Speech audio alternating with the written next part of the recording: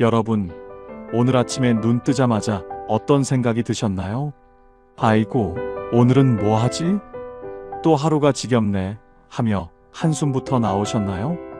아니면 오늘도 내 마음대로 신나는 하루 보내야지 하며 환하게 웃으며 하루를 시작하셨나요? 같은 아침이지만 누군가는 무겁게, 누군가는 가볍게 하루를 엽니다. 도대체 무엇이 노년의 팔자를 가를까요? 강남의 빌딩 한 채? 자식이 벤처기업 사장이면 뭐합니까? 바쁘다고 1년에 한 번 얼굴 보기도 힘듭니다. 그건 허울 좋은 껍데기지요. 수백억 수천억 자산가여도 병원에 누워 아무것도 못하면 그게 무슨 소용입니까? 오늘 제가 드릴 말씀은 70, 80이 되어도 당당하게 매일을 소풍처럼 즐겁게 사는 진짜 상팔자들의 비밀 8가지를 알아보고자 합니다. 내 팔자는 왜 이래? 하시는 분은 오늘 이야기를 끝까지 들어보세요. 영상이 끝날 때쯤 인생의 해답을 얻으시고 여러분의 인생이 달라 보일 겁니다. 자, 팔자 좋은 사람의 8가지 비밀 시작하겠습니다. 첫 번째, 죽을 때까지 내 집에서 사는 사람입니다. 여러분, 이게 얼마나 큰 축복인지 아십니까? 제가 아는 분 중에 이런 분이 계셨습니다. 70대 후반의 김할머니라는 분인데요. 서울 변두리에 작은 빌라 한 채를 가지고 계셨어요. 평수로 치면 15평도 안 되는 정말 아담한 집이었지요. 엘리베이터도 없는 3층이었고 벽지는 오래돼서 살짝 누렇게 변해 있었습니다. 그런데 이 할머니를 볼 때마다 느끼는 게 있었어요. 이분은 항상 표정이 편안했습니다.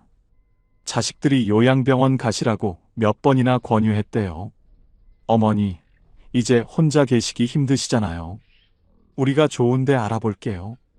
그런데 할머니는 단호하게 거절하셨답니다. 아니다. 내가 죽더라도 이 집에서 죽을 거다. 이게 비록 작고 낡았어도 여기가 내 집이다. 왜 그랬을까요? 이유는 간단합니다. 내 집에 있으면 아침에 일어나서 화장실 갈 때 누구 눈치 안 봐도 됩니다. 밤 10시에 배고파서 라면 끓여 먹어도 미안하지 않습니다. TV 볼륨을 조금 크게 틀어도 친구가 갑자기 찾아와도 아무 문제가 없어요. 그런데 자식 집에 가면 어떻습니까? 며느리 눈치, 손주 눈치, 사위 눈치 숨 쉬는 것조차 조심스러워집니다. 요양병원은 또 어떻고요? 아무리 좋은 시설이라 해도 거긴 내 집이 아닙니다. 정해진 시간에 밥 먹고 정해진 시간에 자야 하고 내 마음대로 할 수 있는 게 하나도 없지요. 그래서 말씀드립니다. 내 집이라는 건 단순히 건물 한 채를 의미하는 게 아닙니다. 그건 자유입니다. 존엄입니다. 권력입니다. 아무리 작아도 아무리 낡아도 내 명의로 된 집 한 채가 있다는 것. 그곳에서 내가 하고 싶은 대로 살 수 있다는 것. 이게 바로 노년의 첫 번째 팔자입니다. 혹시 여러분 중에 자식한테 집을 넘겨주신 분 계십니까? 아니면 집을 팔아서 돈을 자식한테 주신 분? 그렇다면 한번 생각해 보세요. 지금 여러분은 어디에 살고 계십니까? 자식이 마련해준 집에 살고 계시다면 그게 과연 진짜 내 집일까요? 물론 효자 효녀들이야 부모님 모시는 걸 당연하게 여기겠지만 문제는 여러분의 마음입니다. 아무리 자식이 잘해줘도 내 명의가 아니면 마음 한구석이 늘 불편합니다. 내가 여기 있어도 되나 이런 생각이 자꾸 들거든요. 저는 어르신들한테 항상 이렇게 말씀드립니다. 집은 마지막까지 절대 넘기지 마세요. 그게 여러분의 생명줄입니다. 조금 강한 표현 같지만 이게 현실입니다. 내 집이 있어야 자식들 앞에서도 당당할 수 있고 내 인생의 마지막까지 주도권을 쥘 수 있습니다. 김할머니는 결국 그 작은 빌라에서 85세까지 사시다가 어느 봄날 아침 편안하게 돌아가셨습니다. 자식들이 발견했을 때 할머니는 당신이 평생 좋아하시던 베란다 자리에 앉아 계셨대요. 창문 너머로 아침 햇살이 쏟아지는 그 자리에서 말이지요. 장례식장에서 들은 이야기인데 할머니의 큰딸이 이렇게 말씀하시더군요. 어머니는 평생 당신이 원하는 대로 사셨어요. 마지막까지도요. 그게 어머니가 우리한테 주신 가장 큰 선물이에요. 내 집, 그게 얼마나 큰 축복인지 혹시 여러분은 생각해 보신 적이 있으신가요? 두 번째, 매달 꼬박꼬박 나오는 연금이 있는 사람입니다. 이게 정말 중요합니다. 왜냐하면 돈이라는 게 나이 들수록 단순히 물질적 가치를 넘어서거든요. 그건 자존심이고 자유이고 때로는 관계를 지키는 방패막이가 되기도 합니다. 제가 아는 두 분의 어르신 이야기를 해드리겠습니다. 비슷한 나이, 비슷한 환경인데 삶의 질이 완전히 다른 두 분이었어요. 한 분은 박할아버지, 평생 공무원으로 일하시다 정년 퇴임하신 분입니다. 매달 200만 원 정도의 연금이 나오셨죠. 또 한 분은 이 할아버지, 자영업을 하시다가 80 가까이 되어 은퇴하신 분인데 연금이 없으셨습니다. 자식들이 한 달에 50만 원씩 용돈을 드렸어요. 겉으로 보기엔 박할아버지가 돈이 더 많으니까 당연히 더 여유롭겠지 생각하실 겁니다. 맞습니다. 그런데 여기엔 돈의 액수보다 더 중요한 차이가 있었어요. 바로 누구 이름으로 나오는 돈인가 하는 겁니다. 박할아버지는 매달 20일이 되면 본인 통장으로 연금이 들어왔습니다. 아무한테도 손 벌릴 필요 없이 그냥 국가에서 정확히는 당신이 평생 일한 대가로 자동으로 입금되는 돈이었죠. 할아버지는 그 돈으로 마트에서 장도 보시고 가끔 친구들 만나면 밥도 사시고 손주들한테 용돈도 주셨습니다. 누가 뭐라 하지 않아도 당신이 원하는 대로 쓰셨어요. 반면 이 할아버지는 어땠을까요? 매달 첫째 주 일요일 자식들이 모이는 날이면 큰아들이 봉투를 건네주었습니다. 아버지, 이번 달 용돈이요. 그 순간 할아버지 표정이 어땠는지 아십니까? 고맙긴 한데 어딘가 모르게 기가 죽어 보이셨어요. 봉투를 받으면서 고맙다, 고맙다 연신 말씀하시는데 그 고마움 뒤에 미안함이 묻어 있었습니다. 자식들도 억지로 주는 건 아니었지만 이 할아버지는 늘 눈치가 보이셨던 거지요. 더 안타까운 건 이 할아버지는 그 50만 원을 쓰는 것조차 조심스러워 하셨다는 겁니다. 애들이 번 돈인데 하시면서 본인 몸이 아파도 병원 가는 걸 미루시고 친구 만나는 것도 자제하셨어요. 돈의 액수가 문제가 아니었습니다. 내 돈이 아니라 자식 돈이라는 생각 때문에 그 돈을 쓸 때마다 마음의 빚이 쌓였던 겁니다. 여러분, 이게 연금의 힘입니다. 연금은 단순히 생활비가 아닙니다. 그건 노년의 자존심을 지켜주는 강력한 무기예요.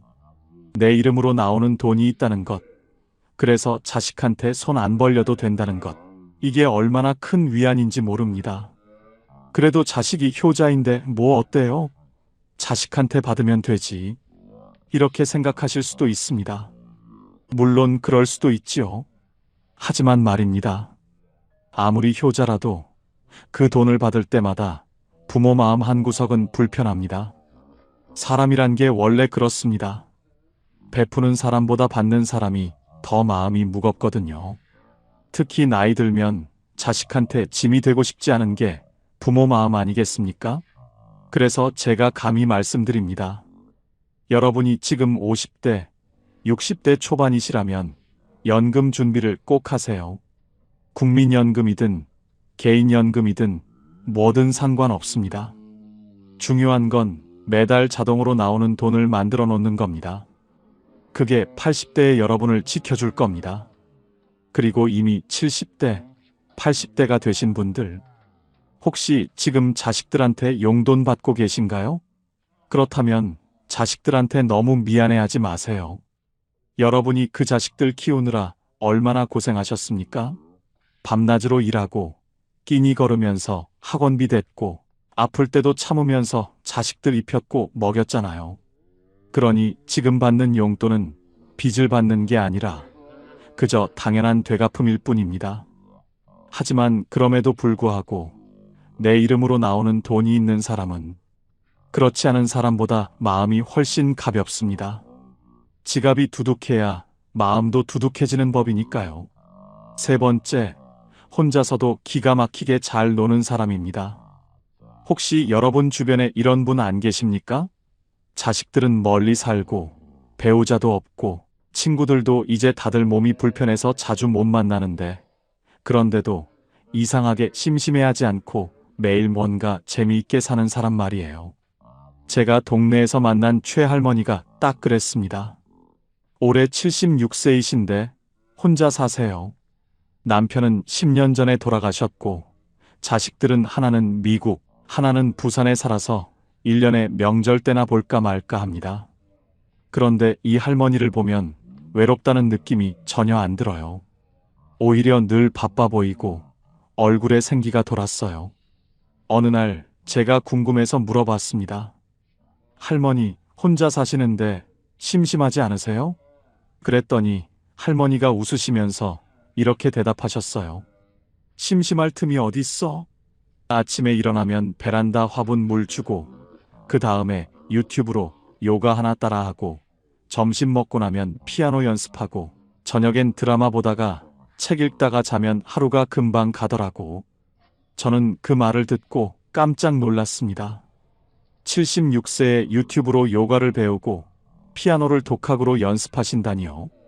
할머니는 이어서 말씀하셨어요. 처음엔 나도 남편 없고 나이 드니까 외로웠어.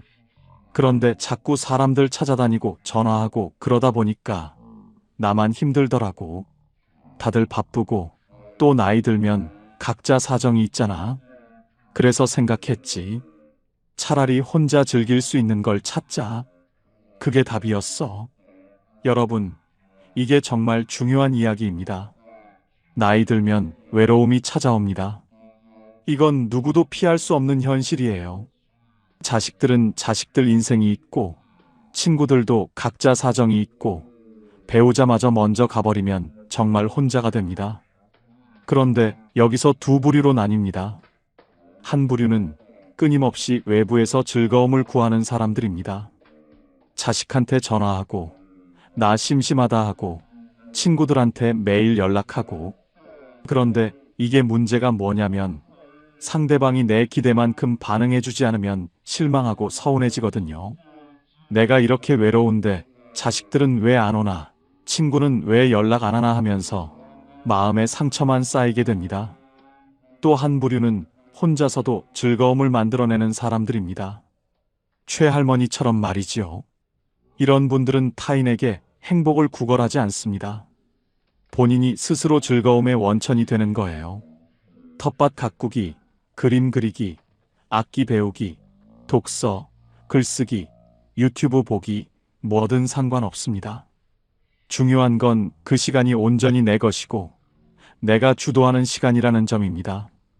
철학자 쇼펜하우어가 이런 말을 했습니다. 홀로 있을 수 있는 사람만이 자유롭다. 나이 들어 진짜 자유로운 사람은 누구한테 기대지 않아도 되는 사람입니다. 물론 사람은 사회적 동물이니까 완전히 혼자 살 수는 없지요. 하지만 적어도 혼자 있는 시간이 고통이 아니라 축복이 되어야 노년이 편안합니다. 여러분, 혹시 지금 혼자 있는 게 두렵지는 않으신가요?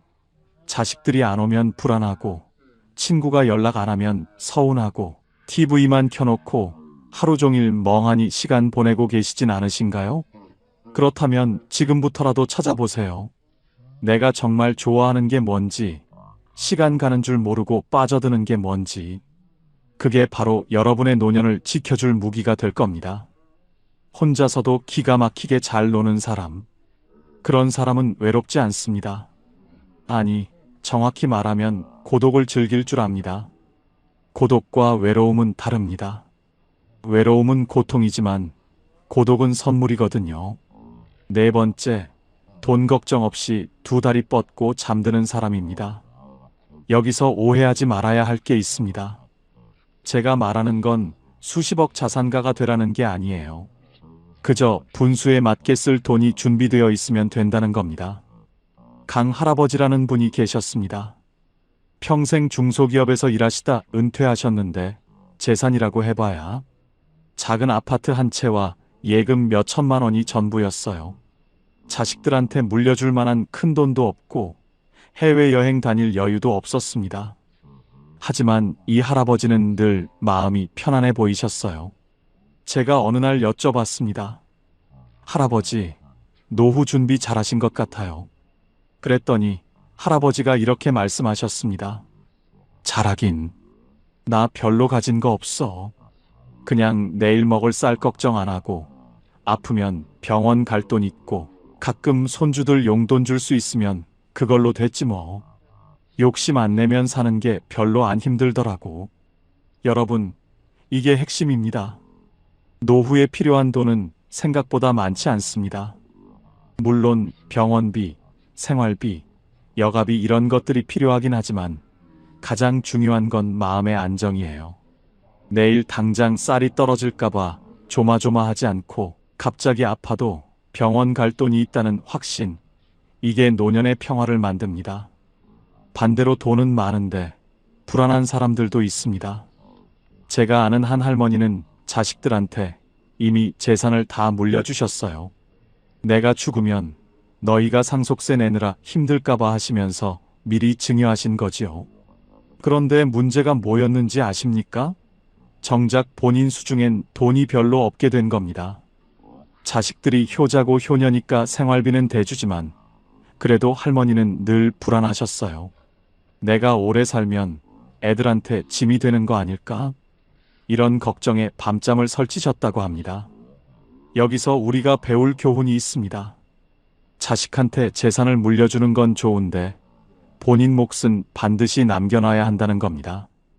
죽는 날까지 본인이 쓸 돈은 본인이 직접 쥐고 있어야 해요. 그래야 자식들 앞에서도 당당하고 갑자기 목돈이 필요해도 누구한테 손 안 벌립니다. 돈이라는 건 이상합니다.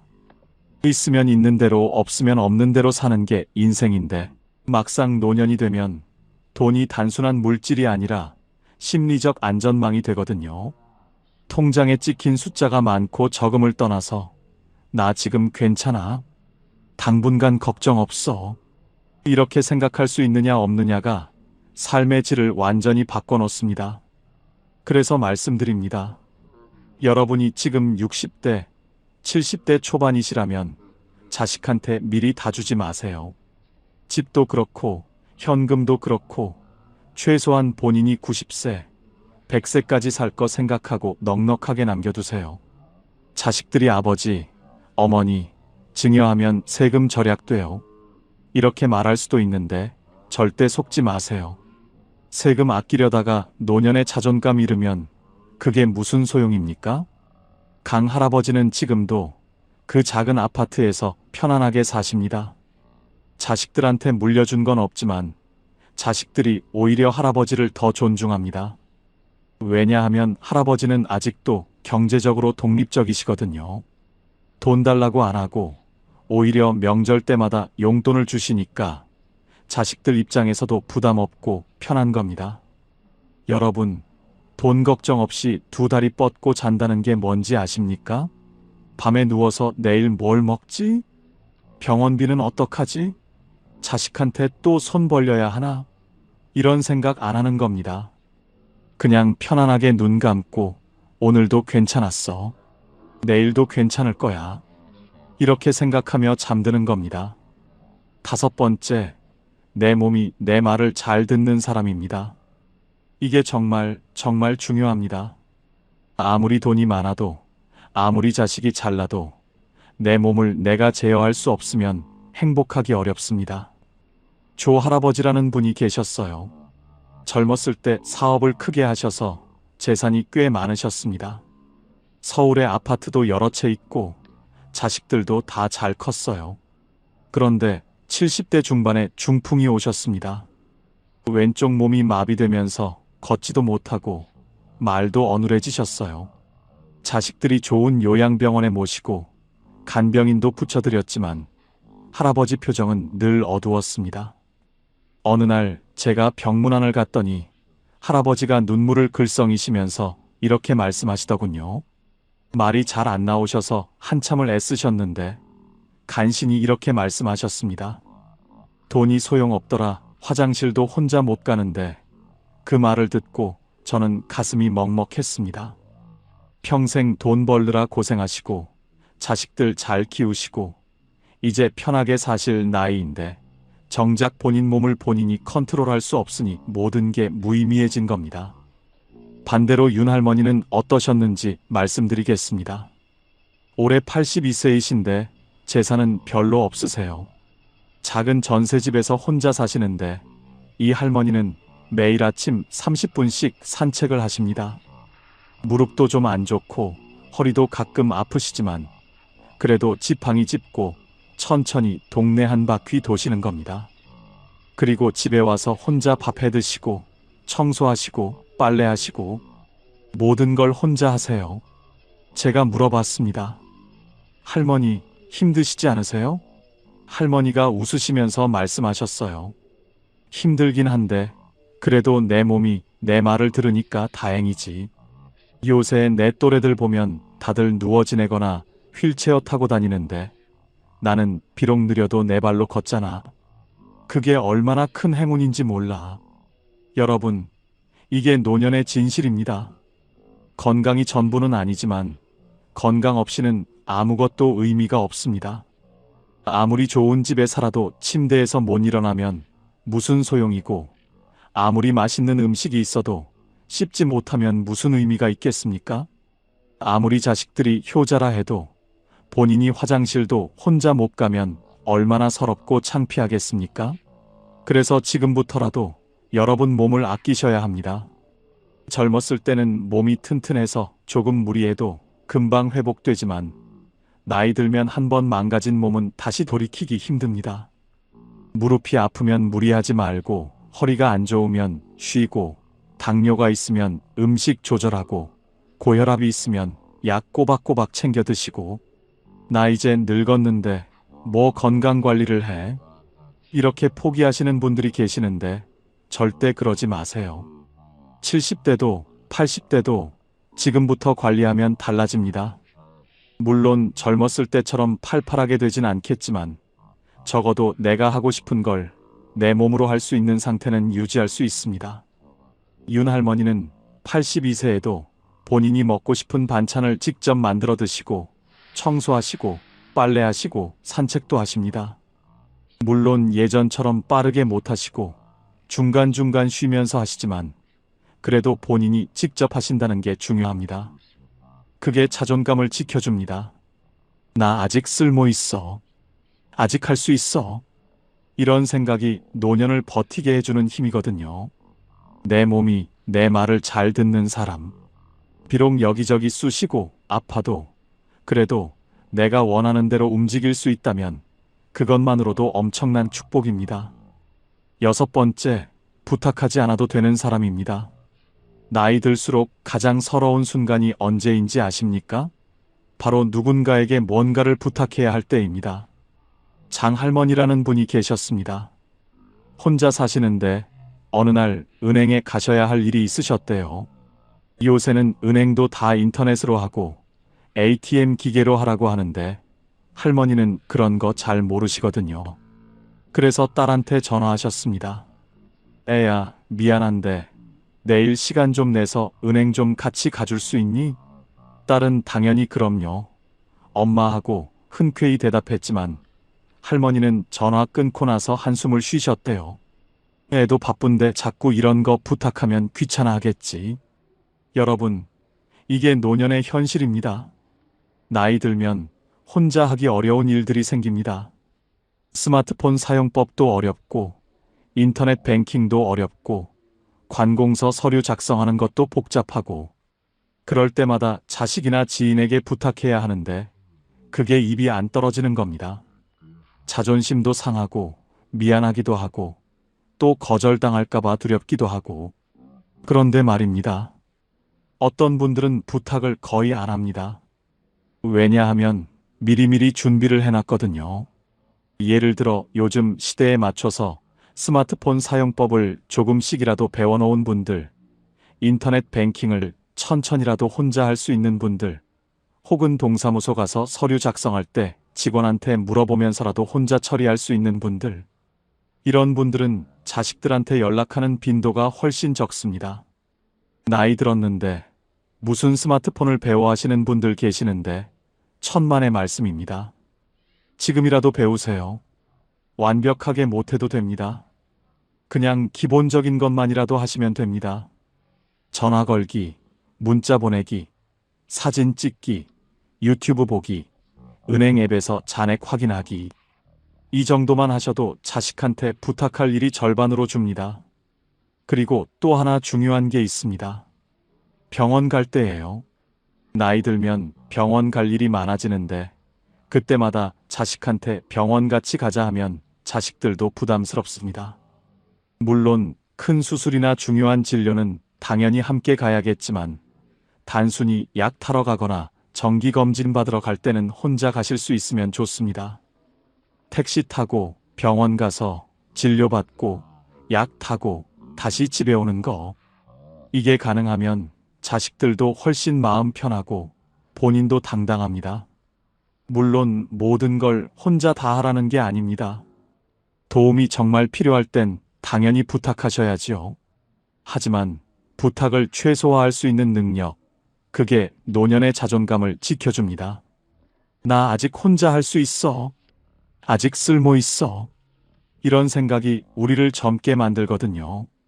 부탁하지 않아도 되는 사람. 누군가에게 고맙지만 미안하지 않은 노후. 이게 6번째 팔자입니다. 7번째, 오늘 하루를 이유 없이 만족하는 사람입니다. 이게 사실 가장 어려우면서도 가장 중요한 팔자일지도 모릅니다. 여러분, 혹시 요즘 이런 생각하시진 않으신가요? 오늘 뭐 특별한 일도 없었는데 그냥 평범하게 밥 먹고 TV 보고 그렇게 하루가 갔네 그러면서 왠지 허전하고 공허한 느낌. 뭔가 의미 있는 일을 해야 할 것 같은데 막상 하루를 돌아보면 별로 한 게 없는 것 같고 이런 마음 말입니다. 그런데 정할아버지는 다르셨습니다. 올해 78세이신데 이분은 특별한 취미도 없고 큰 계획도 없으세요. 그냥 아침에 일어나서 세수하고 아침 먹고 동네 한 바퀴 걷고 점심 먹고 낮잠 자고 저녁 먹고 TV 보다가 책 조금 읽고 주무세요. 매일 똑같은 일상입니다. 제가 물어봤습니다. 할아버지, 매일 똑같은데 심심하지 않으세요? 할아버지가 웃으시면서 이렇게 대답하셨어요. 심심하긴. 근데 있잖아. 나 이 나이까지 살면서 깨달은 게 하나 있어. 특별한 일이 없다는 게 얼마나 큰 행운인지. 아프지 않고 배고프지 않고 추위에 떨지 않고 그냥 평범하게 하루를 보낼 수 있다는 게 사실은 기적이더라고. 여러분, 이게 정말 중요한 깨달음입니다. 우리는 평생을 뭔가 특별한 것을 추구하며 살아왔습니다. 더 좋은 직장, 더 큰 집, 더 많은 돈, 자식들의 성공. 늘 무언가를 향해 달려왔죠. 그런데 나이 들면 이제 더 이상 추구할 게 별로 없어집니다. 직장도 은퇴했고, 집도 정해졌고, 자식들도 다 컸고, 그러니까 갑자기 허전해지는 겁니다. 이제 뭘 하며 살지? 하지만 정할아버지는 다른 관점을 가지고 계셨습니다. 뭘 하며 사나가 아니라 살아있다는 것 자체에 감사하신 거예요. 아침에 눈 떠서 따뜻한 물로 세수할 수 있고, 밥을 씹어 먹을 수 있고, 동네를 걸을 수 있고, 햇볕을 쬐을 수 있고, 밤에 편안하게 잠들 수 있는 것. 이게 다 특별한 일이라고 생각하신 겁니다. 조선시대 학자 정양용 선생이 이런 말씀을 하셨습니다. 평범한 하루가 쌓여 비범한 인생이 된다. 매일 특별한 일이 있어야 행복한 게 아니라 평범한 하루를 감사히 받아들일 수 있는 마음이 진짜 행복이라는 뜻이겠죠. 그래서 말씀드립니다. 여러분, 오늘 하루 특별한 일 없으셨나요? 그럼 그게 오히려 감사한 일입니다. 큰 사고 없었고, 큰 병 걸리지 않았고, 자식들한테 나쁜 소식 없었고, 그냥 조용히 하루가 지나갔다면 그게 바로 축복입니다. 기대가 크지 않으니까 실망도 적고, 욕심이 적으니까 마음이 가볍고, 그렇게 살다 보면 늙을수록 더 편안해집니다. 과거에 그때 내가 이렇게 했으면 저 사람은 좋겠다. 나는 왜 이 모양인가 이런 생각들 이제 내려놓으세요. 그런 생각들이 우리를 늙게 만듭니다. 비교하고 후회하고 부러워하는 그 순간 우리는 지금 이 순간을 놓치게 됩니다. 그리고 지금 이 순간이 사실은 가장 소중한 건데 말이죠. 오늘 하루를 이유 없이 만족하는 사람. 특별한 이벤트 없어도 따뜻한 밥 한 끼, 햇볕 드는 오후, 조용한 밤이면 오늘도 괜찮다고 말할 수 있는 사람입니다. 마지막 8번째, 정리할 줄 아는 사람입니다. 이건 좀 냉정하게 들릴 수도 있는데 사실은 매우 중요한 이야기입니다. 홍 할머니라는 분이 계셨습니다. 이분은 평생 친구 관계를 매우 소중히 여기신 분이었어요. 젊었을 때부터 친구들과 자주 만나고 연락하고 모임도 열심히 참석하셨지요.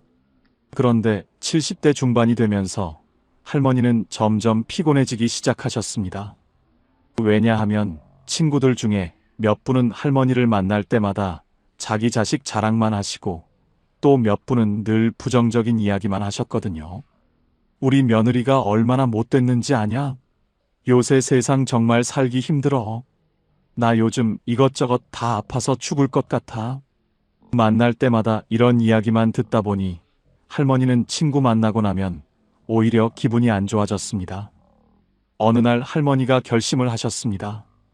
이제 나도 나이 들었는데 힘든 관계까지 억지로 유지할 필요 없겠다.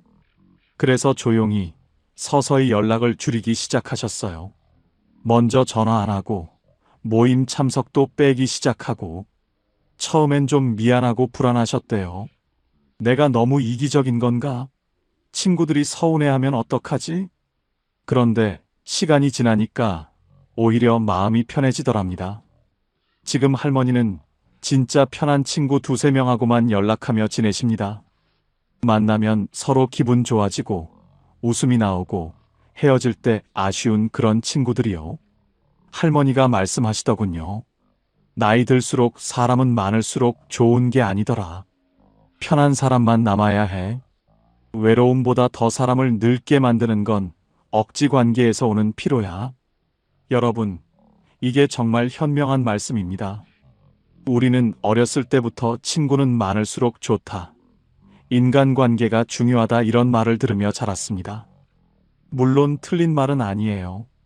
하지만 나이 들면 이야기가 달라집니다. 체력도 떨어지고 시간도 한정되어 있는데 굳이 불편한 관계까지 유지하면서 스트레스 받을 필요가 없는 겁니다. 불편한 관계란 무엇일까요?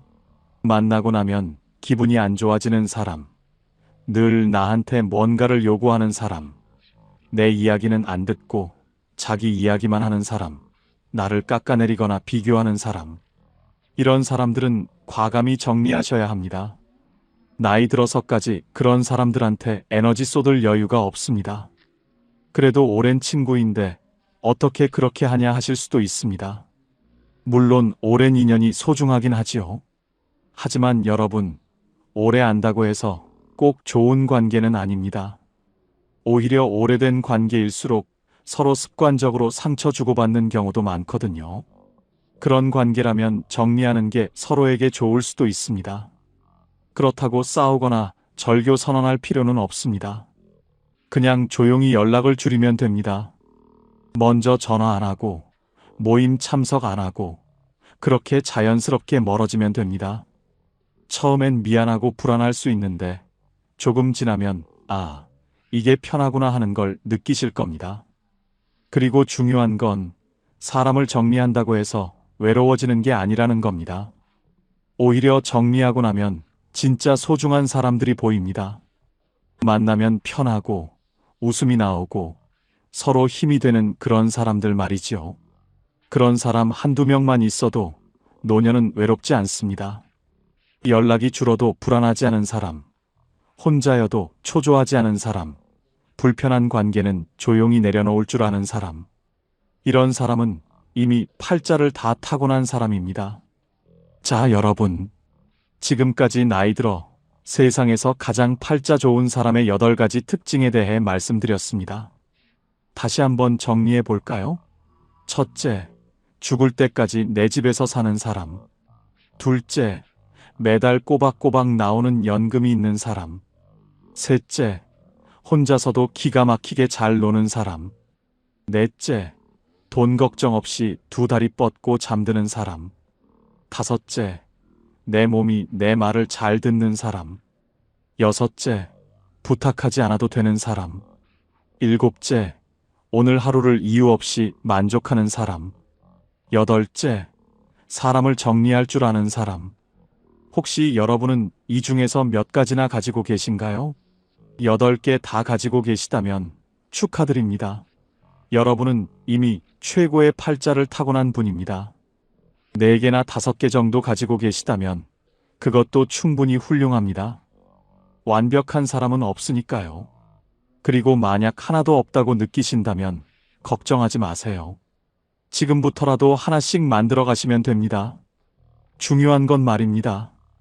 이 8가지는 사실 돈이나 지위로 살 수 있는 게 아니라는 겁니다.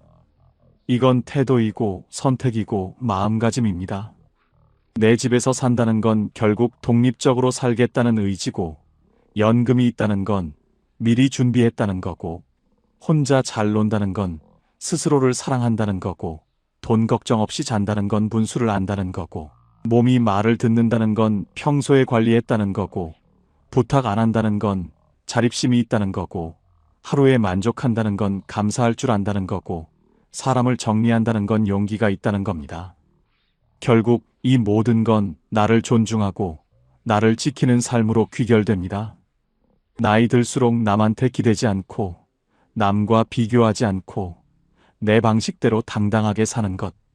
이게 진짜 팔자 좋은 사람의 모습입니다. 여러분, 오늘 이 이야기를 들으시면서 혹시 마음에 와닿는 부분이 있으셨나요? 아니면 나도 저렇게 살고 싶다 하는 생각이 드셨나요? 그렇다면 오늘부터 작은 것 하나라도 시작해 보세요. 집 정리하기, 연금 알아보기, 혼자 할 수 있는 취미 찾기, 작은 돈이라도 모으기, 산책 시작하기, 스마트폰 배우기, 오늘 하루에 감사하기, 불편한 사람과 거리 두기. 뭐든 좋습니다. 나이 든다는 건 끝이 아니라 새로운 시작입니다. 더 이상 남을 위해 살지 않아도 되는, 오롯이 나를 위해 살 수 있는 시간이거든요. 그러니 부디 여러분의 노년이 비교와 후회가 아닌 평화와 감사로 채워지길 바랍니다. 오늘 이야기가 여러분의 마음에 작은 위로가 되었다면 구독과 좋아요로 저에게 힘을 보태주시면 감사하겠습니다. 친구와 지인들에게 카톡으로 많이 공유해 주세요. 여러분 모두 노년의 팔자 좋은 사람으로 사시길 진심으로 응원합니다. 지금까지 황금노후였습니다. 감사합니다. 우리는 팔자 좋다는 말을 잘못 이해하고 살았습니다. 팔자 좋은 노후는 돈 많은 노후, 자식 잘된 노후, 건강한 노후라고 생각했습니다. 그래서 평생 돈을 모았고, 자식을 잘 키우려 애썼고, 건강을 지키려 노력했습니다. 그런데 막상 노년이 되어보니 달랐습니다. 평생 잘못 알고 있었던 겁니다. 73세 김정수 씨는 재산이 20억이 넘습니다. 서울에 아파트가 있고 예금도 있고 연금도 나옵니다. 돈 걱정은 없습니다. 그런데 정수 씨는 불안합니다. 왜 그럴까요? 밤마다 통장 잔고를 확인합니다. 이 돈으로 얼마나 더 살 수 있을까? 병원비 많이 나오면 어떡하지? 요양원 가려면 얼마나 들까? 돈이 많은데도 돈 걱정을 합니다.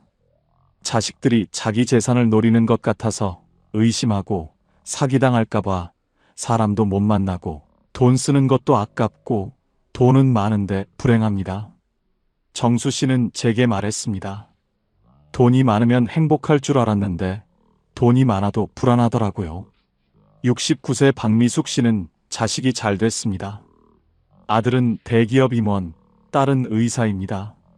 손주들도 명문대 다니고 집도 잘 살고 자랑할 게 많습니다. 그런데 미숙 씨는 외롭습니다. 자식들은 바빠서 자주 못 옵니다. 명절에 한 번, 생일에 한 번 보는 게 전부입니다. 전화는 일주일에 한 번 할까 말까입니다. 미숙 씨는 친구들 만나면 자식 자랑을 합니다. 우리 아들이 이번에 또 승진했어. 우리 딸이 병원에서 인정받는데. 자랑은 하는데 마음은 허전합니다. 집에 돌아오면 텅 빈 집이 너무 넓게 느껴집니다. 미숙 씨는 제게 말했습니다. 자식 잘 되면 행복할 줄 알았는데 자식이 잘 돼도 외롭더라고요. 우리가 생각한 팔자 좋은 노후는 이런 게 아니었습니다. 돈 많고 자식 잘 되고 건강하면 당연히 행복할 줄 알았습니다. 그런데 실제로는 그렇지 않았습니다. 돈 많아도 불안하고 자식 잘 돼도 외롭고 건강해도 무료합니다. 그렇다면 진짜 팔자 좋은 노후는 무엇일까요? 2025년 한국보건사회연구원이 발표한 노년 삶의 질 연구 결과를 보면 노후 만족도가 높은 사람들의 공통점은 소유가 아니라 상태였습니다. 무엇을 가졌느냐가 아니라 어떤 상태로 사느냐가 중요했습니다. 팔자 좋은 노후는 많이 가진 노후가 아니라 편안한 상태로 사는 노후였습니다. 그렇다면 그 편안한 상태는 무엇일까요? 노후에 진짜 팔자 좋은 사람에게는 공통점이 있습니다. 첫째, 남에게 기대지 않는 사람입니다. 자식에게 기대지 않고, 친구에게 기대지 않고, 국가에게 기대지 않습니다. 물론 도움을 받을 수는 있습니다. 하지만 도움이 없어도 살 수 있습니다. 자식이 찾아오면 반갑지만 안 와도 괜찮습니다. 친구가 연락하면 좋지만 안 해도 괜찮습니다. 연금이 나오면 고맙지만 적어도 살 수 있습니다. 이렇게 기대하지 않으니 실망도 없고 섭섭함도 없고 원망도 없습니다. 그래서 마음이 편합니다. 72세 이경자 씨는 혼자 삽니다. 자식은 외국에 있고 친구도 많지 않고 연금도 적습니다. 그런데 경자 씨는 편안합니다. 나는 나만 챙기면 되니까 편해요. 자식 눈치 안 봐도 되고 친구 눈치 안 봐도 되고 내 마음대로 살 수 있어요. 경자 씨는 아침에 일어나서 하고 싶은 것을 합니다. 산책 가고 싶으면 가고 집에 있고 싶으면 있고 밥 먹고 싶으면 먹고 안 먹고 싶으면 안 먹습니다. 누구 눈치 안 보고 삽니다. 그게 팔자 좋은 겁니다. 둘째, 혼자 있어도 무너지지 않는 사람입니다. 혼자 있으면 외롭지만 외로움이 무너뜨리지는 못합니다. 혼자 밥 먹어도 밥맛이 나고 혼자 TV 봐도 재미있고 혼자 산책해도 기분이 좋습니다. 물론 누군가와 함께하면 더 좋습니다. 하지만 혼자여도 괜찮습니다. 혼자를 견디는 게 아니라 혼자를 즐깁니다. 70세 최동수 씨는 혼자 사는데 외로워하지 않습니다. 나는 혼자 있는 게 편해요. 아침에 일어나서 커피 한 잔 마시고 신문 보고 산책 나가고 도서관 가서 책 읽고 집에 와서 음악 듣고 그렇게 하루를 보내요. 외롭다는 생각이 안 들어요. 동수 씨는 혼자 있는 시간을 즐깁니다.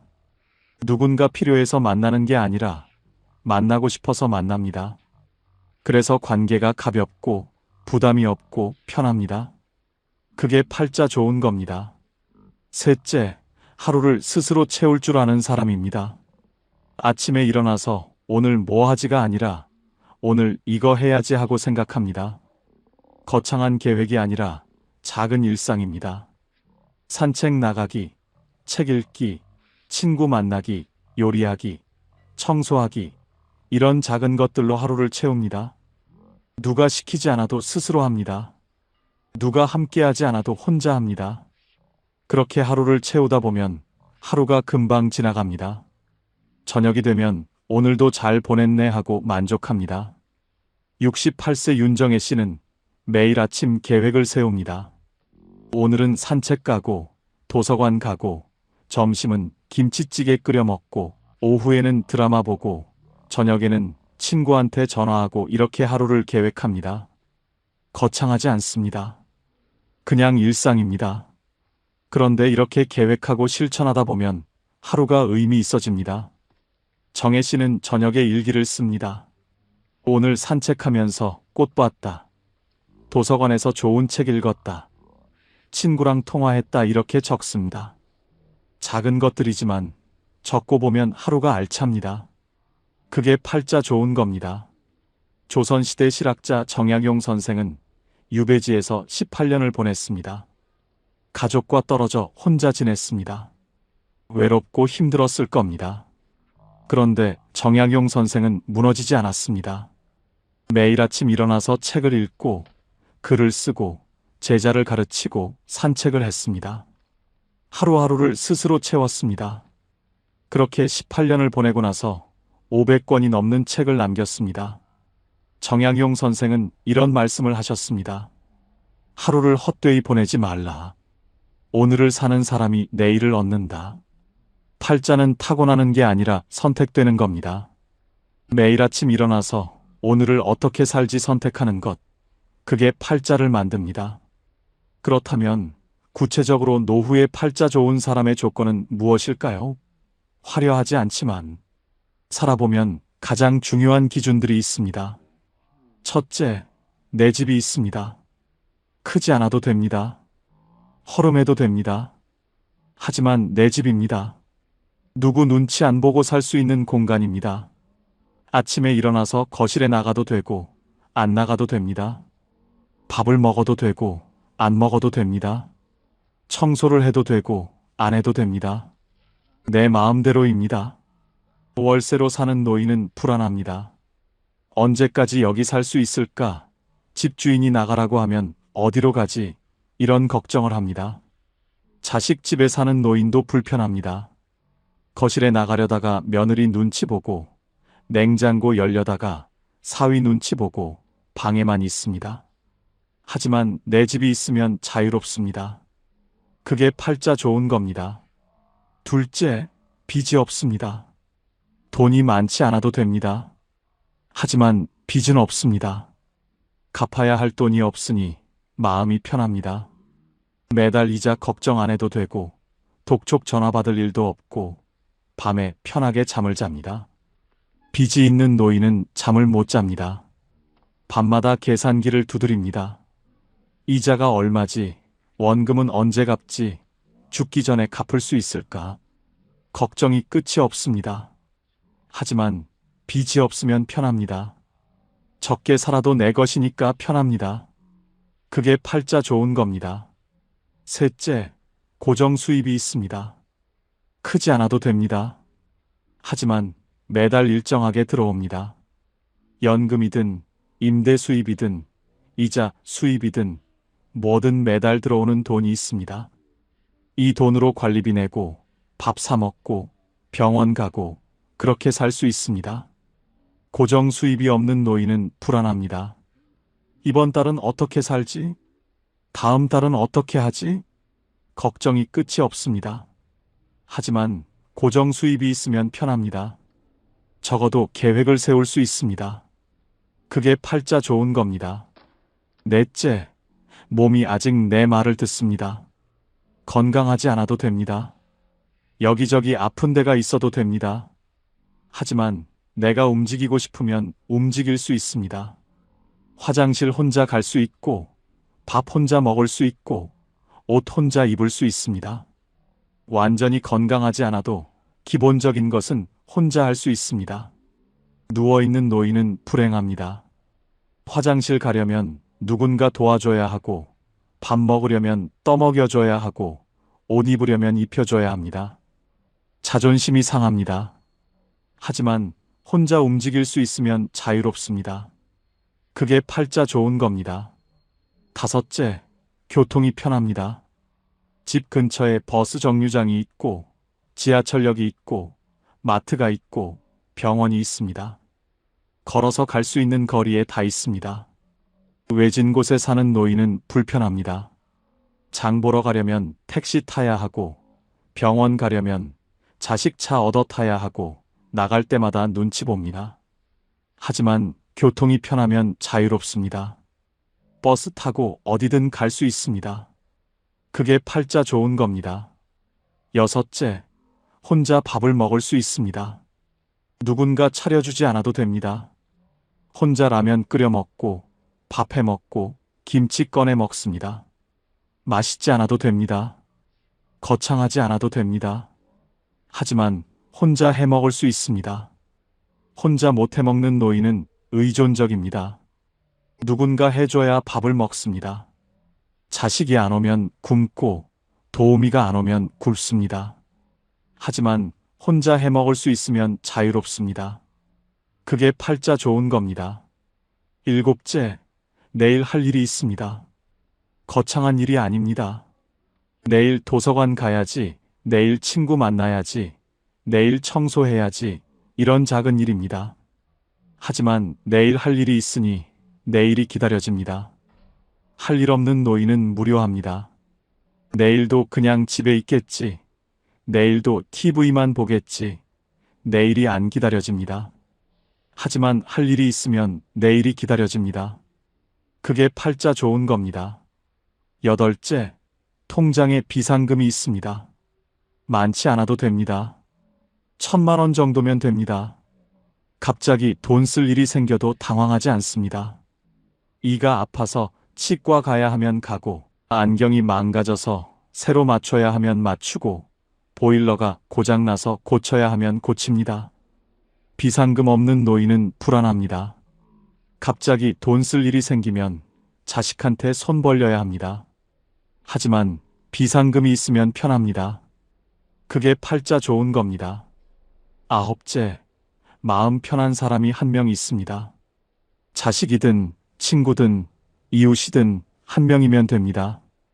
힘들 때 전화할 수 있는 사람, 아플 때 부를 수 있는 사람, 외로울 때 만날 수 있는 사람이 한 명 있습니다. 많을 필요 없습니다. 한 명이면 됩니다. 아무도 없는 노인은 외롭습니다. 힘들어도 혼자 견디고, 아파도 혼자 버티고, 외로워도 혼자 있습니다. 하지만 한 명이라도 있으면 든든합니다. 그게 팔자 좋은 겁니다. 열째, 하루를 후회 없이 마칩니다. 저녁에 잠자리에 들 때 오늘 잘 보냈네 하고 생각합니다. 후회가 없습니다. 오늘 그 사람한테 그렇게 말할 걸, 오늘 그거 할 걸, 이런 후회가 없습니다. 오늘 할 일을 했고, 오늘 만날 사람을 만났고, 오늘 하루를 살았습니다. 그래서 편하게 잠듭니다. 후회 많은 노인은 잠을 못 잡니다. 밤마다 후회합니다. 하지만 후회 없이 사는 노인은 편하게 잠듭니다. 그게 팔자 좋은 겁니다. 이 10가지가 노후에 팔자 좋은 사람의 현실적 조건입니다. 화려하지 않습니다. 거창하지 않습니다.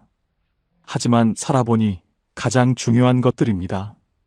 이 중에서 5가지만 있어도 노후는 편안합니다. 10가지 다 있으면 노후는 축복입니다. 인생은 버텨낸 사람이 아니라 자기 하루를 지킨 사람이 이깁니다. 버티는 건 괴롭습니다. 이를 악물고 버티고, 참고 버티고, 견디고 버팁니다. 하지만 자기 하루를 지키는 건 편합니다. 오늘 하루 내가 하고 싶은 것 하나 하고, 내가 먹고 싶은 것 하나 먹고, 내가 만나고 싶은 사람 하나 만나고, 그렇게 하루를 지킵니다. 버티는 사람은 언젠가 무너집니다. 하지만 하루를 지키는 사람은 무너지지 않습니다.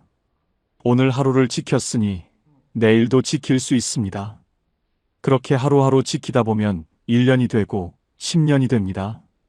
성공이 아니라 존엄이 노후의 기준입니다. 노후는 뭔가를 이루는 시간이 아닙니다. 뭔가를 지키는 시간입니다. 내 자존심을 지키고, 내 자유를 지키고, 내 하루를 지킵니다. 크게 성공하지 않아도 됩니다. 하지만 존엄은 지켜야 합니다. 누구한테 손 벌리지 않고, 누구한테 눈치 보지 않고, 내 힘으로 삽니다. 그게 존엄입니다. 그리고 그 존엄이 노후를 지킵니다. 70대가 넘어서야 깨달은 분들이 한결같이 말씀하셨습니다. 진작 알았더라면 얼마나 좋았을까 하지만 지금 이 이야기를 들으신 여러분은 다릅니다. 여러분은 그들보다 앞서 있습니다. 노후에 가장 팔자 좋은 사람은 대단한 사람이 아니라 오늘 하루를 스스로 책임질 수 있는 사람입니다. 아침에 눈 뜨고 밥 먹고 산책 나가고 사람 만나고 책 읽고 저녁에 편하게 잠드는 사람입니다. 거창하지 않습니다. 하지만 그게 팔자 좋은 삶입니다. 우리는 평생 주는 것만 배웠지 멈추는 것은 배우지 못했습니다. 하지만 이제는 압니다. 조금 덜 해주는 것도 사랑이라는 걸요. 이제는 조금 짐을 내려놓아도 됩니다. 이제는 나를 위해 살아도 됩니다. 평범하지만 소소하고 행복한 여러분의 인생을 즐기세요. 여러분의 노후가 행복하시길 진심으로 응원합니다. 지금까지 황금 노후였습니다. 감사합니다. 여러분, 끝까지 이 영상 보셔야 합니다. 지금 이 질문에 솔직하게 대답해 보세요. 여러분은 팔자 좋은 사람입니까? 아닙니까? 아마 대부분 이렇게 생각하실 겁니다. 글쎄, 팔자가 좋으려면 뭔가 더 있어야 하는데. 그런데 오늘 이야기를 다 들으시고 나면 그 생각이 완전히 뒤집힐 수 있습니다. 경북 안동에 78세 권말순 할머니가 계십니다. 혼자 사십니다. 자식들은 멀리 있습니다. 통장 잔고가 넉넉한 것도 아닙니다. 강남 아파트? 없습니다. 그런데 이 할머니 매일 아침 된장찌개를 끓입니다. 작은 냄비가 아닙니다. 넉넉하게 큰 냄비로 끓입니다. 혼자인데 왜 그렇게 많이 끓이냐고요? 된장찌개 냄새가 담장을 넘어가거든요. 그 냄새를 맡고 옆집 할머니가 문을 두드립니다. 손에 뭔가를 꼭 들고 옵니다. 어떤 날은 호박전, 어떤 날은 나물 한 접시, 어떤 날은 슈퍼에서 사온 두부 한 모. 두부는 그렇게 상을 차립니다. 아무도 차려주지 않았는데 매일 아침 둘이서 밥상이 완성됩니다. 밥 먹고 나서 1시간쯤 앉아 이야기를 나눕니다. 대단한 이야기가 아닙니다. 어젯밤 TV에서 뭘 봤다. 요즘 무릎이 어떻다. 자식한테서 전화가 왔다. 그런 이야기입니다. 그리고 헤어집니다. 다음 날 또 만납니다. 그 다음 날도 또 만납니다. 누군가 할머니께 여쭤봤습니다. 할머니, 요즘 어떻게 사세요? 권말순 할머니가 웃으셨습니다. 잠깐 허공을 보셨습니다. 그리고 이렇게 말씀하셨습니다. 나요? 나 팔자 좋은 사람이에요. 매일 아침 된장찌개 같이 먹을 사람이 있으니까요. 이 말 한마디가 오래 남습니다. 통장에 얼마가 있어서가 아닙니다. 좋은 집이 있어서가 아닙니다. 아침마다 된장찌개 냄새에 문을 두드려줄 사람 한 명. 그게 이 할머니가 말하는 팔자 좋은 이유의 전부였습니다. 여러분, 오늘 이 이야기를 끝까지 들으시면 팔자 좋다는 것이 완전히 다르게 보이기 시작하실 겁니다. 혹시 평생 팔자 좋은 사람을 먼 곳에서 부러워하며 사셨다면 오늘 이 이야기가 끝날 즈음에는 어쩌면 내가 이미 그 사람이었다는 것을 알게 되실지 모릅니다. 지금 어디서 듣고 계신지 댓글로 알려주세요. 구독과 좋아요도 눌러주시고요. 오늘도 끝까지 함께 하겠습니다. 먼저 한 가지 질문을 드리겠습니다. 당신은 팔자 좋은 사람 하면 어떤 사람이 떠오르시나요? 아마 많은 분들이 이런 그림을 떠올리실 겁니다. 돈이 많은 사람, 자식이 잘 된 사람, 몸이 건강한 사람, 넓은 집에 사는 사람. 그런데 오늘 이 이야기를 다 들으시고 나면 그 기준이 완전히 바뀌실 겁니다. 2025년 보건복지부 노인 복지 실태 조사에서 흥미로운 결과가 나왔습니다.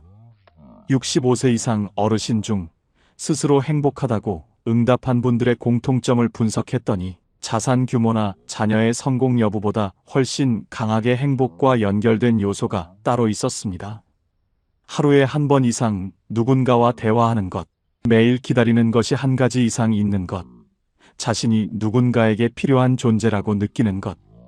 이 세 가지가 돈보다, 건강보다, 자식보다 더 강하게 행복을 결정했습니다. 팔자 좋다는 것은 하늘이 내려주는 것이 아니었습니다. 매일의 작은 선택이 만드는 것이었습니다.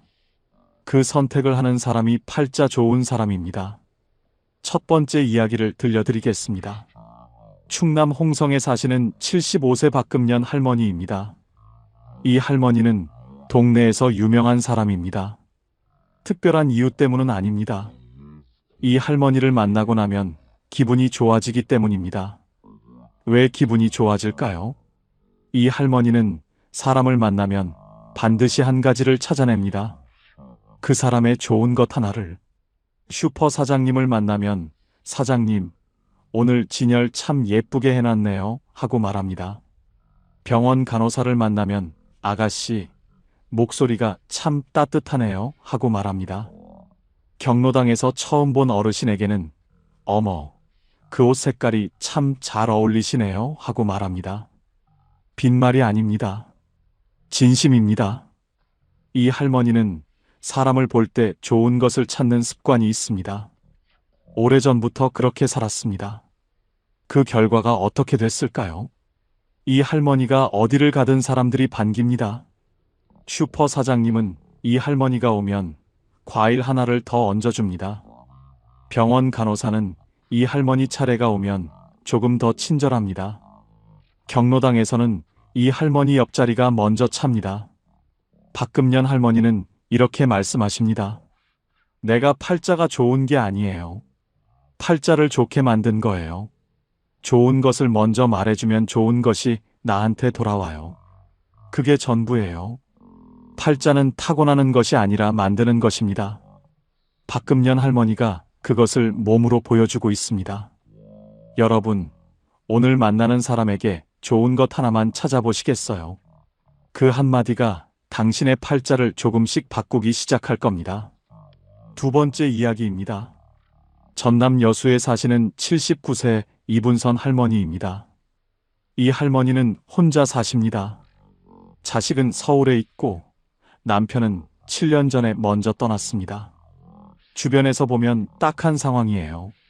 그런데 이 할머니를 직접 만나면 생각이 바뀝니다.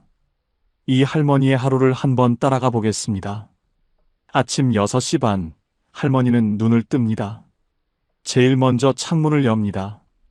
여수 바다 냄새가 들어옵니다. 할머니는 그 냄새를 한번 깊이 들이마십니다. 그리고 혼자 말합니다. 오늘도 왔네.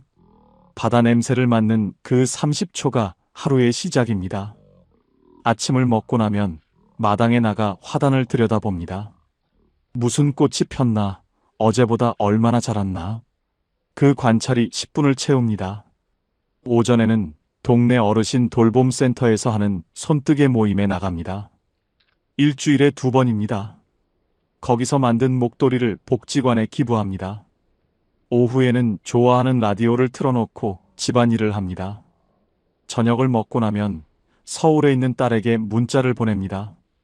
길지 않습니다. 오늘 여수 석양이 참 예뻤어. 너도 좋은 하루였으면 좋겠다. 딸은 그 문자를 받고 항상 이렇게 답합니다.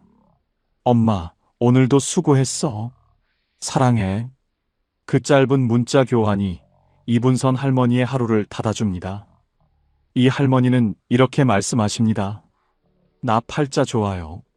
아침에 바다 냄새 맡을 수 있고 꽃이 자라는 거 볼 수 있고 저녁에 딸한테 문자 보낼 수 있잖아요. 이것보다 더 팔자 좋은 게 어디 있어요? 억만금이 없어도 이분선 할머니는 팔자 좋은 사람입니다. 매일 감사할 것을 찾는 눈이 있기 때문입니다. 여기서 여러분께 여쭤봐도 될까요? 오늘 아침 눈을 뜨고 나서 제일 먼저 한 생각이 무엇이었나요? 아휴, 오늘 또 하루가 시작됐구나 였나요? 아니면 와, 오늘 바람 소리가 정말 좋다 였나요? 같은 아침인데 어떤 생각으로 시작하느냐가 그 하루 전체를 바꿉니다. 팔자 좋은 사람들은 아침을 다르게 시작합니다. 세 번째 이야기를 들려드리겠습니다. 이 이야기는 조금 특별합니다. 팔자 나쁘다고 스스로 생각했던 분이 팔자 좋은 사람이 된 이야기입니다. 경기도 평택에 사시는 72세 오말숙 할머니입니다. 이 할머니는 3년 전까지만 해도 스스로를 팔자 기구한 사람이라고 생각했습니다. 이유가 있었습니다. 남편은 사업 실패로 일찍 세상을 떴고, 자식 둘은 각자 살기 바빠 자주 오지 못하고, 몸은 무릎이 아프고 혈압도 높았습니다. 작은 임대 아파트에 혼자 살았습니다. 주변 친구들이 손주 봐준다고 자식 집에 가 있고, 남편과 여행 다닌다는 이야기를 들을 때마다 속이 쓰렸습니다. 나는 왜 이렇게 살까? 나는 왜 이 모양일까? 그 생각이 하루에도 몇 번씩 들었습니다. 그러다 3년 전 어느 날 복지관에서 하는 인생 글쓰기 수업에 나가게 됐습니다. 특별한 기대는 없었습니다. 그냥 집에 있기 심심해서 나갔습니다. 첫 수업에서 선생님이 이런 주제를 주었습니다. 내가 살면서 가장 잘한 일 하나를 써보세요. 오말숙 할머니는 한참을 생각했습니다. 잘한 일이 있나? 나 같은 사람이 잘한 게 있을까? 그런데 생각하다 보니 하나가 떠올랐습니다. 남편이 아플 때 끝까지 곁에 있었던 것. 남편이 마지막 3년을 병원을 오가며 보냈는데 그 3년 동안 단 하루도 혼자 두지 않았습니다. 그걸 썼습니다. 선생님이 발표를 시켰습니다. 오말숙 할머니는 떨리는 목소리로 그 짧은 글을 읽었습니다. 다 읽고 나서 교실이 조용했습니다. 그리고 옆에 앉은 할머니가 말했습니다. 어머, 그게 얼마나 힘드셨을까요? 대단하시다. 그 말 한마디에 오말숙 할머니는 눈물이 터졌습니다. 평생 아무도 그 말을 해준 적이 없었습니다. 그 3년이 얼마나 힘들었는지, 그게 얼마나 대단한 일이었는지, 그날 오말숙 할머니는 처음으로 알았습니다. 내가 팔자 기구한 사람이 아니라 대단한 일을 해온 사람이었다는 것을. 그 이후 오말숙 할머니가 달라졌습니다. 글쓰기 수업에 계속 나갔습니다. 쓰면 쓸수록 자기 삶에서 잘한 것들이 보이기 시작했습니다. 못 배웠어도 자식들 대학 보낸 것, 가난했어도 남한테 손 벌린 적 없는 것, 힘들었어도 웃음을 잃지 않으려 했던 것, 그것들이 다 보이기 시작했습니다. 지금 오말숙 할머니는 이렇게 말씀하십니다. 나 팔자 좋아요. 이렇게 살아온 사람이 팔자 나쁜 사람이면 말이 안 되잖아요. 내가 몰랐던 거예요. 내 팔자가 얼마나 좋은지를. 팔자는 바뀐 것이 아무것도 없었습니다. 그것을 보는 눈이 바뀐 것입니다. 그 눈이 오말숙 할머니를 팔자 좋은 사람으로 만들었습니다. 다산 정약용 선생은 강진 유배지에서 제자들에게 이런 말씀을 하셨습니다. 자신의 삶을 낮게 보는 자는 반드시 남의 삶을 높게 보고 자신의 삶을 바르게 보는 자는 어디서든 족함을 안다. 남의 팔자가 좋아 보이는 것은 내 삶을 낮게 보고 있기 때문입니다. 내 삶을 바르게 보면 이미 충분히 좋은 팔자라는 것을 알게 됩니다. 오말숙 할머니가 바로 그것을 발견한 겁니다. 18년의 유배 생활 내내 정약용 선생은 자신의 처지를 한탄하지 않았습니다. 대신 유배지에서도 할 수 있는 것, 가진 것, 의미 있는 것을 찾았습니다. 그 눈이 500권이 넘는 책을 쓰게 했습니다. 같은 처지에서 한탄하는 사람과 족함을 찾는 사람의 결과는 완전히 달라집니다. 이제 네 번째 이야기입니다. 팔자 좋은 사람들이 절대 하지 않는 것에 대한 이야기입니다. 서울 마포구에 사시는 74세 김복순 할머니와 같은 아파트에 사시는 76세 정순덕 할머니 두 분의 이야기입니다. 이 두 분은 같은 아파트 같은 동에 삽니다. 남편도 둘 다 없습니다. 자식 수도 비슷합니다. 사는 형편도 비슷합니다. 그런데 두 분의 하루가 완전히 다릅니다. 김복순 할머니는 아침에 일어나면 뉴스를 봅니다. 나라가 어떻게 됐나, 물가는 또 올랐나, 날씨는 추워지나. 뉴스를 보고 나면 기분이 안 좋아집니다. 그 다음에는 핸드폰을 봅니다. 단톡방에 누가 뭔가를 올렸습니다. 누구네 자식이 어디 취직했다. 누가 어디 여행 갔다 왔다. 그것을 보면 또 기분이 안 좋아집니다. 그 기분으로 하루를 시작합니다. 정순덕 할머니는 다릅니다. 아침에 일어나면 창문을 먼저 엽니다. 오늘 날씨를 느낍니다. 따뜻하면 따뜻하다. 추우면 이불 한 번 더 당겨 덮어줄 수 있어서 다행이다 합니다. 아침을 먹고 나면 어제 사다 둔 귤을 하나 깝니다. 귤 껍질 냄새를 맡으면서 오늘 뭘 할지 한 가지만 생각합니다. 오늘은 우체국에 가야지. 오늘은 그 집 앞 목련이 얼마나 피었나 보러 가야지. 그 하나가 오늘의 방향이 됩니다. 두 분 다 똑같이 하루 24시간을 삽니다. 그런데 김복순 할머니의 하루는 무겁고 정순덕 할머니의 하루는 가볍습니다. 차이가 어디서 났을까요? 하루를 시작하는 첫 10분이 달랐습니다. 무엇으로 하루를 여느냐가 그 하루 전체의 색깔을 결정했습니다. 정순덕 할머니는 이렇게 말씀하십니다. 나는 아침에 나쁜 것을 먼저 보지 않아요. 좋은 것을 먼저 보려고 해요. 그러면 하루가 달라요. 팔자가 따로 있는 게 아니에요. 아침을 어떻게 여느냐가 팔자예요. 아침 10분이 팔자를 만듭니다. 여러분, 잠깐 여쭤봐도 될까요? 오늘 아침 일어나서 제일 먼저 하신 것이 무엇이었나요? 핸드폰을 먼저 보셨나요? 창문을 먼저 여셨나요? 내일 아침 딱 하나만 바꿔보시겠어요? 핸드폰보다 창문을 먼저 열어보세요. 그 순서 하나가 하루를 바꿉니다. 이제 5번째 이야기입니다. 이 이야기는 조금 더 깊습니다. 팔자 좋은 사람들이 나이 들수록 더 팔자가 좋아지는 이유에 대한 이야기입니다. 강원도 춘천에 사시는 80세 신말레 할머니입니다.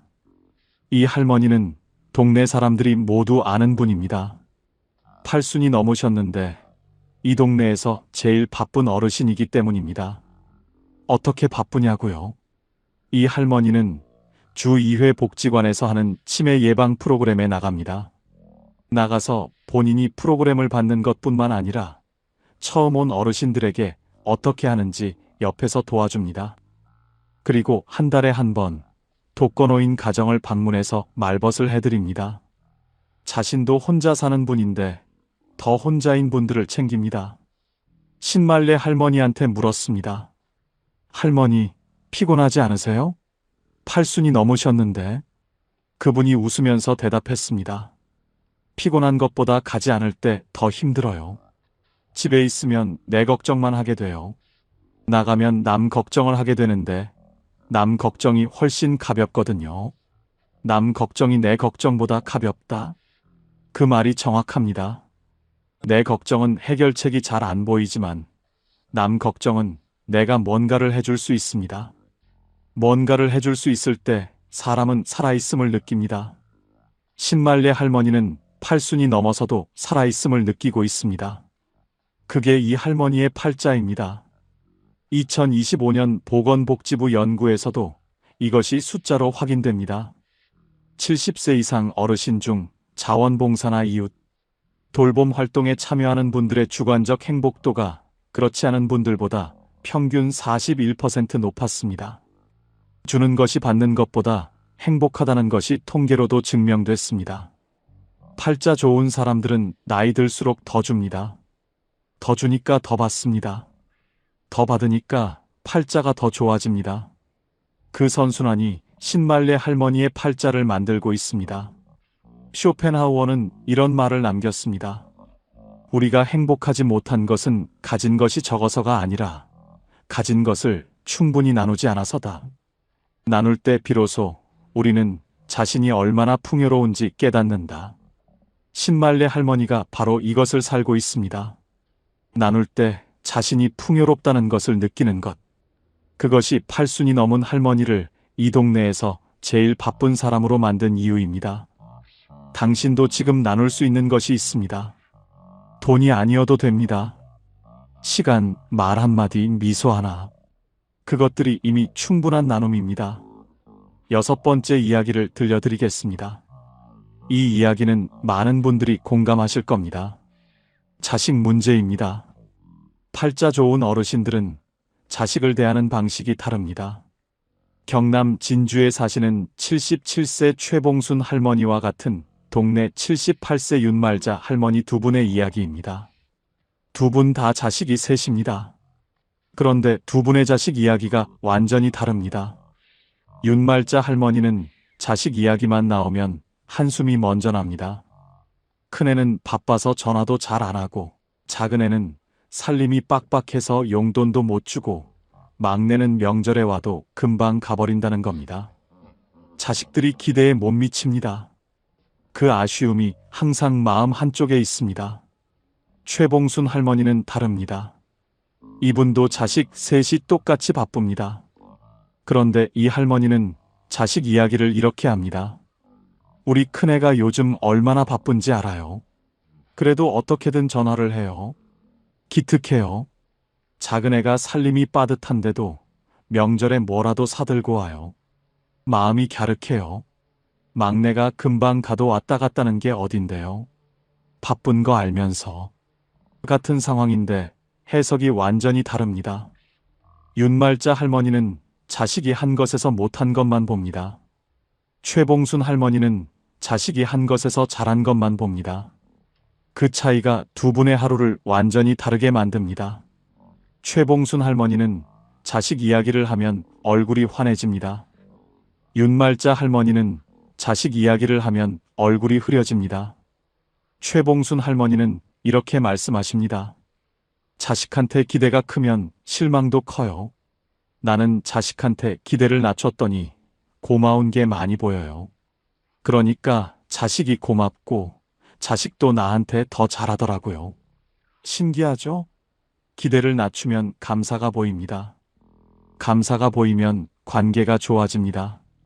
관계가 좋아지면 실제로 더 잘해줍니다. 팔자는 이렇게 만들어집니다. 7번째 이야기입니다. 이것이 오늘 이야기에서 가장 핵심입니다. 팔자 좋은 사람들의 가장 강력한 공통점 하나를 말씀드리겠습니다. 전북 익산에 사시는 73세 황정희 할머니 이야기입니다. 이 할머니는 혼자 사십니다. 연금은 한 달에 65만 원입니다. 많지 않습니다. 그런데 이 할머니는 매달 5만 원을 꼭 씁니다. 어디에 쓸까요? 자신을 위해 씁니다. 구체적으로는 이렇습니다. 한 달에 한 번 읍내 미용실에서 머리를 합니다. 펌어는 못하지만 세팅 정도는 합니다. 그리고 그날 좋아하는 칼국수 집에서 점심을 먹습니다. 그게 한 달에 한 번의 자기 사치입니다. 처음에는 이게 사치인가 싶었다고 합니다. 연금 65만 원에서 5만 원이면 꽤 큰 돈이니까요. 그런데 이날이 있으니까 나머지 29일을 버틸 수 있다는 것을 알게 됐습니다. 미용실 가는 날이 기다려집니다. 그날을 위해 한 달을 삽니다.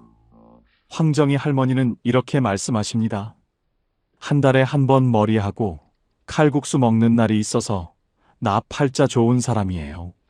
그날이 기다려지거든요. 기다려지는 날이 있는 사람이 팔자 좋은 거 아닌가요? 기다려지는 날이 있는 사람. 그것이 팔자 좋은 사람의 정의입니다. 당신에게는 기다려지는 날이 있으신가요? 없으시다면 지금 당장 하나 만드세요. 아주 작아도 됩니다. 이번 주 금요일에 좋아하는 것 하나 사 먹기로 정하세요. 그 하나가 이번 주를 기다리게 만들 겁니다. 이제 아주 특별한 이야기를 들려드리겠습니다. 이 이야기는 제가 가장 오랫동안 기억에 남는 이야기입니다. 경북 포항에 사시는 82세 문옥순 할머니 이야기입니다. 이 할머니는 60세 때 뇌경색이 왔습니다. 다행히 큰 후유증은 없었지만 의사가 말했습니다. 할머니, 남은 생이 얼마 안 됩니다. 조심하세요. 그 말을 들은 날 문옥순 할머니는 집에 돌아와서 종이 한 장을 꺼냈습니다. 그리고 제목을 하나 썼습니다. 살면서 해보고 싶었는데 못한 것들. 써내려갔습니다. 바다에서 조개를 줍고 싶다. 내 이름으로 된 통장을 갖고 싶다. 혼자 기차 여행을 해보고 싶다. 그림을 배워보고 싶다. 누군가에게 편지를 써서 보내고 싶다. 5가지가 나왔습니다. 그리고 그 하나하나를 하기 시작했습니다. 바다에서 조개는 그 주 주말에 동해 경포대로 가서 줍고 왔습니다. 할머니 이름으로 된 통장은 은행에 가서 만들었습니다. 혼자 기차 여행은 6개월 후에 해냈습니다. 부산까지 혼자 기차를 타고 갔다가 왔습니다. 그림은 동네 문화센터에서 배우기 시작했습니다. 그리고 편지는 오랫동안 연락을 못했던 초등학교 동창에게 손으로 써서 보냈습니다. 그 동창한테서 답장이 왔습니다. 내가 편지를 보내줘서 얼마나 기뻤는지 몰라. 우리 한번 만나자. 그 만남이 이루어졌습니다. 22년 만의 만남이었습니다. 문옥순 할머니는 그 이후로도 계속 새로운 것을 해왔습니다. 남은 생이 얼마 없다는 말을 들은 지 22년이 지났습니다. 지금 82세입니다. 의사가 조심하라고 했던 그 몸으로 22년을 더 살았습니다. 그리고 그 22년이 생에서 가장 팔자 좋은 시간이었다고 하십니다. 문옥순 할머니는 이렇게 말씀하십니다. 의사가 남은 생이 얼마 없다고 했을 때 나는 무서웠어요. 그런데 지나고 보니 그 말이 나를 살게 한 말이었어요. 그 말 덕분에 하고 싶은 것을 미루지 않았으니까요. 지금도 하고 싶은 것이 있으면 미루지 않아요. 오늘 할 수 있으면 오늘 해요. 그게 팔자 좋은 비결이에요. 오늘 할 수 있으면 오늘 한다. 그것이 82세 문옥순 할머니의 팔자 좋은 비결입니다. 여러분, 지금 하고 싶은데 미루고 있는 것이 있으신가요? 언제 하려고 미루고 있으신가요? 오늘 못할 이유가 있나요? 오늘 하세요. 지금 하세요. 잠깐 여기서 한 번 더 여쭤볼게요. 살면서 해보고 싶었는데 아직 못한 것이 하나라도 있으신가요? 그것이 아무리 작아도 됩니다. 그것을 지금 마음속으로 하나 떠올려 보세요. 이 이야기가 끝나고 나서 그것을 종이에 써보시겠어요? 쓰면 시작됩니다. 쓰지 않으면 계속 생각만 하다 끝납니다. 이제 팔자 좋은 사람들의 공통점을 정확하게 정리해 드리겠습니다. 오늘 이야기에서 만난 분들, 권말순 할머니, 박금년 할머니, 이분선 할머니, 오말숙 할머니, 정순덕 할머니, 신말레 할머니, 최봉순 할머니, 황정혜 할머니, 문옥순 할머니. 이분들의 공통점을 찾아보면 딱 5가지로 정리됩니다. 첫째, 좋은 것을 먼저 보는 눈이 있습니다. 같은 상황에서 나쁜 것보다 좋은 것을 먼저 찾습니다. 박금년 할머니처럼 만나는 사람에게서 좋은 점을 찾고 최봉순 할머니처럼 자식이 한 것에서 고마운 것을 봅니다. 이 눈은 타고나는 것이 아닙니다. 훈련입니다. 매일 연습하면 누구나 가질 수 있습니다. 둘째, 기다리는 것이 있습니다. 황정희 할머니의 한 달에 한 번 미용실 가는 날처럼, 이분선 할머니의 저녁 바다 석양처럼 기다리는 것이 하나라도 있습니다. 크지 않아도 됩니다. 내일이 기다려지게 만드는 것 하나. 그것이 오늘을 살게 합니다. 셋째, 나누는 것이 있습니다. 신말레 할머니처럼 줄 것이 있는 사람은 받을 것도 생깁니다. 돈이 아니어도 됩니다. 시간, 말 한마디, 함께 밥 먹기. 그 작은 나눔이 자신을 풍요롭게 만듭니다. 넷째, 과거보다 오늘을 삽니다. 문옥순 할머니처럼 오늘 할 수 있는 것을 오늘 합니다.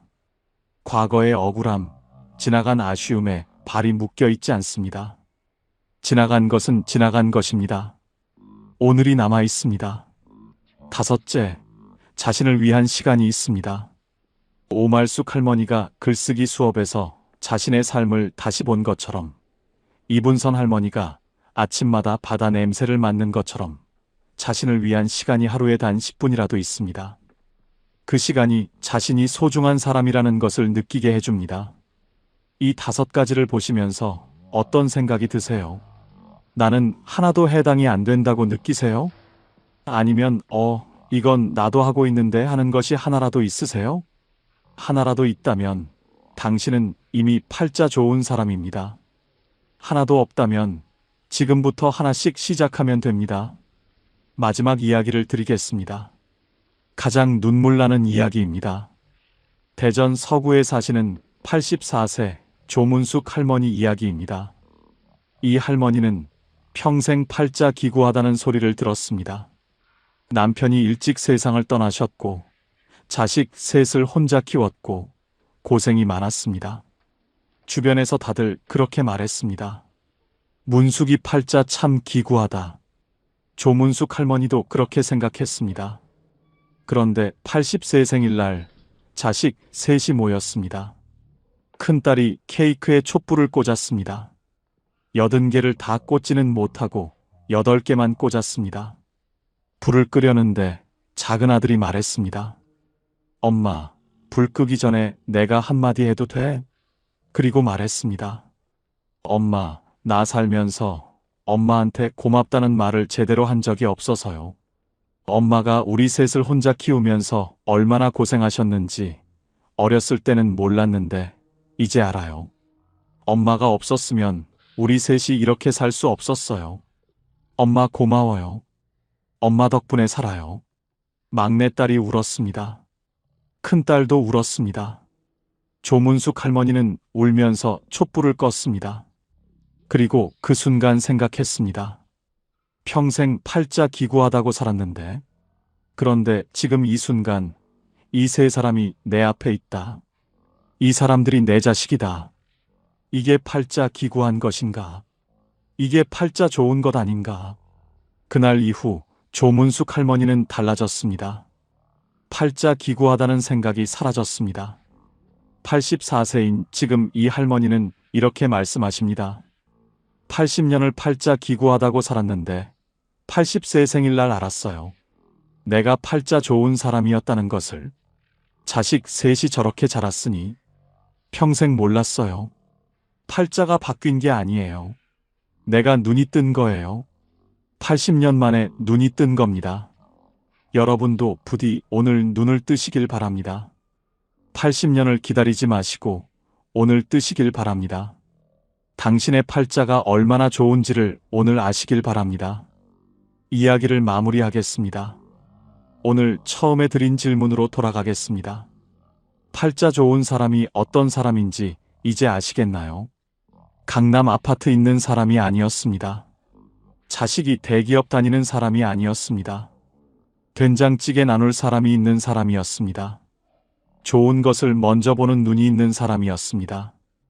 기다리는 날이 하나 있는 사람이었습니다. 나눌 것이 있는 사람이었습니다. 오늘을 사는 사람이었습니다. 그리고 자신의 삶이 얼마나 소중한지 아는 사람이었습니다. 오늘 이 이야기를 들으신 여러분, 한 가지만 여쭤보겠습니다. 지금 이 순간 당신 옆에 있는 것들을 한번 보세요. 따뜻한 방이 있나요? 마실 물이 있나요? 이 이야기를 들을 수 있는 귀가 있나요? 그렇다면 당신은 이미 팔자 좋은 사람입니다. 오늘 밤 잠자리에 들기 전에 딱 하나만 하세요. 오늘 팔자 좋았던 것 하나를 떠올려 보세요. 아주 작아도 됩니다. 오늘 밥이 맛있었다. 오늘 햇살이 따뜻했다. 오늘 좋아하는 사람 목소리를 들었다. 그 하나를 떠올리면서 눈을 감으세요. 그 작은 것 하나가 내일 아침을 다르게 열어줄 겁니다. 팔자는 하늘이 내려주는 것이 아닙니다. 매일 아침 어떻게 눈을 뜨느냐가 만드는 것입니다. 여러분도 지금 그 길 위에 있습니다. 오늘도 살아있고, 오늘도 걸을 수 있고, 오늘도 누군가를 생각할 수 있는 당신은 이미 충분히 상팔자입니다. 이 영상 혼자 보기 아까우시죠? 우리 부모님께 꼭 보여드리세요. 친구분들 단톡방에 공유해주세요. 누군가의 오늘을 바꿀 수 있습니다. 그리고 댓글로 들려주세요. 오늘 이 이야기 중에서 가장 마음에 닿은 장면이 어디였는지요? 매일 아침 된장찌개 냄비를 넉넉하게 끓이는 권말순 할머니였는지, 80세 생일 촛불 앞에서 처음으로 깨달으신 조문숙 할머니였는지, 아니면 한 달에 한 번 미용실 가는 날을 손꼽아 기다리는 황정희 할머니였는지요. 여러분의 그 한마디가 지금 비슷한 상황에서 혼자 버티고 계신 다른 분들께 큰 힘이 됩니다. 오늘도 끝까지 함께 해주셔서 진심으로 감사드립니다. 지금까지 황금노후였습니다.